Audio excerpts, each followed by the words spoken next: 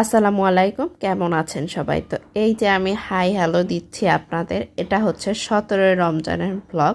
17ই রমজান কি করলাম, আম্মু বিরিয়ানি রান্না করলো, তাই নিয়ে থাকছে আজকের ব্লগ। তো প্রথমে বিরিয়ানি রান্না করার জন্য আম্মু পেঁয়াজকে বেরেস্তা করে নেবে, আর আম্মু চিকেন বিরিয়ানি রান্না করবে, এর জন্য মুরগির মাংস নিয়ে নিয়েছে।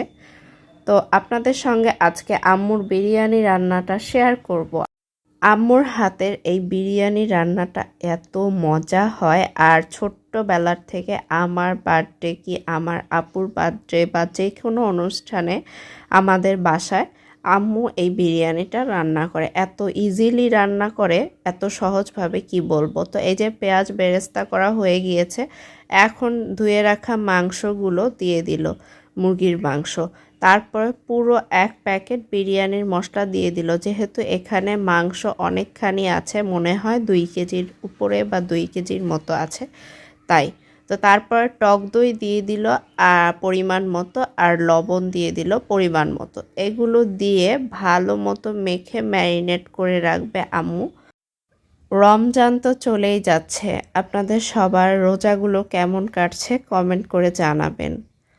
আর হচ্ছে এই যে আম্মু ম্যারিনেট করে নিচ্ছে, তো ম্যারিনেট করে সামান্য একটু পানি দিয়ে রাখবে, মানে হাতে যেহেতু লেগে থাকবে ওগুলো, আর একটু তেল দিয়ে ঢেকে রাখবে। আর তারপরে 30-40 মিনিট পর ম্যারিনেট করা মাংসটাকে চুলায় বসিয়ে দিল। এখন এটাকে রান্না করে নেবে। অনেক সময় নিয়ে কিন্তু রান্না করতে হয়, আর হচ্ছে যখন তেল ছেড়ে দিবে তখন বুঝতে হবে যে মাংসটা সিদ্ধ হয়ে গিয়েছে এবং একদম পারফেক্টভাবে কুক হয়ে গিয়েছে। তো এই যে আম্মু ভালো মতো নাড়ছে, খুন্তির সাহায্যে নাড়তে নাড়তে তারপরে আবার একটি ঢাকনা দিয়ে ঢেকে দিবে। তো ঢাকনা তুলে আবারও নাড়ছে, এভাবে অনবরত কষিয়ে নিতে হবে মাংসটাকে। তারপরে একটু পানি দিয়ে দিয়েছে, আর পানি উঠেছেও। তো এইভাবেই আস্তে আস্তে মাংসটা পুরোপুরি সিদ্ধ হয়ে যাবে। মূলত 17ই রমজানে আমাদের বাসার ফ্ল্যাটে যত প্রতিবেশীরা আছে সবাইকে ইফতার দেওয়া হবে, তাই আম্মু এই বিরিয়ানির রান্নার আয়োজনটা করেছে। তো এই যে দেখেন পানি একদম শুকিয়ে গিয়েছিল, তারপর আবার পানি দিয়ে আম্মু আবার কষিয়ে নিচ্ছে। তো বিরিয়ানিতে ডিম দেওয়া হবে, তো এর জন্য ডিমগুলোকে সিদ্ধ করে নিয়েছে, এখন ভেজে নিচ্ছে। তো ডিম ভাজতে গেলে একটু ফুটে ওঠে, তাই আমি দূরে সরে গিয়েছিলাম, ক্যামেরাটা একটু কেঁপে গিয়েছে। তো এই যে আমি কোনো কাজই করি না, এই খেজুর ধুই আর শরবত বানাই মাঝে মধ্যে, এটাই। তো এই যে খেজুরগুলোকে ধুয়ে নিলাম, আর আম্মু পোলাওয়ের চালটাকে ধুয়ে ঝরিয়ে রেখেছে, আর এখন বিরিয়ানি রান্না করার জন্য বড় একটা পাতিল নিয়ে নিয়েছে। এই দিন যা আমার আনন্দ হয়েছে, আমার বাসায় বিরিয়ানি রান্না করলেই আমার মনে হয় ঈদ লেগে যায়, কারণ আমার বিরিয়ানি খুব পছন্দ। তো এই যে প্রথমে পেঁয়াজটাকে একটু ভেজে নিয়ে তারপরে এখানে দিয়ে দিচ্ছে গরম মশলা, তেজপাতা, এলাচ, দারচিনি, এগুলো দিয়ে ভালো মতো নেড়ে নিচ্ছে। ও আচ্ছা, একটা কথা বলে নেই, যখন চিকেনটা রান্না করলো তখন আম্মু সামান্য একটু চিনি দিয়েছে। চিনি দিলে টেস্টটা ভালো আসে, আমি বলতে ভুলে গিয়েছিলাম, যেহেতু আমি রান্না করছি না তাই ভুল হতেই পারে। তো এখন ওই যে পেঁয়াজটা বেরেস্তা করা শেষ, এখন পোলাওয়ের চালটা দিয়ে দিল, চালটা বেশ কিছুক্ষণ ভেজে নেবে। দেশ ও দেশের বাহিরে যারা যারা আমার ভিডিওটি দেখছেন, যারা এই পর্যন্ত এসেছেন তাদেরকে অসংখ্য ধন্যবাদ।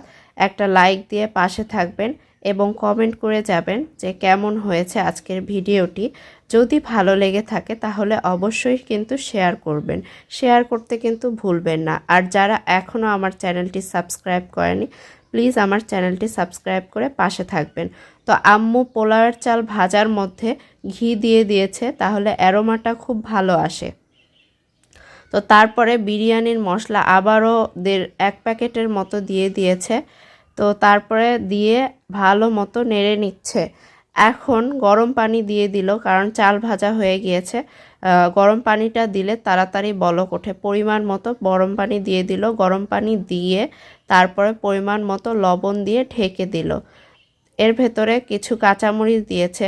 চালটা যখন একটু ফুটে উঠেছে তখন ওই যে রান্না করা মাংসটা দিয়ে খুন্তি দিয়ে ভালো মতো নেড়ে নিচ্ছে। পোলাওয়ের চাল ভাজার মধ্যে আম্মু কিশমিশ দিয়েছে। এটা অপশনাল, আপনারা দিলে দিতেও পারেন, না দিলেও সমস্যা নেই। যেহেতু আমি কিশমিশ খুব বেশি পছন্দ করি, তাই আম্মু এমনি পোলাও রান্না করলেও কিশমিশ দিয়ে থাকে। তো এই যে ভালো মতো নেড়ে নিয়েছে খুন্তির সাহায্যে, তারপরে দিয়ে দিল আলু বোখরা পরিমাণ মতো।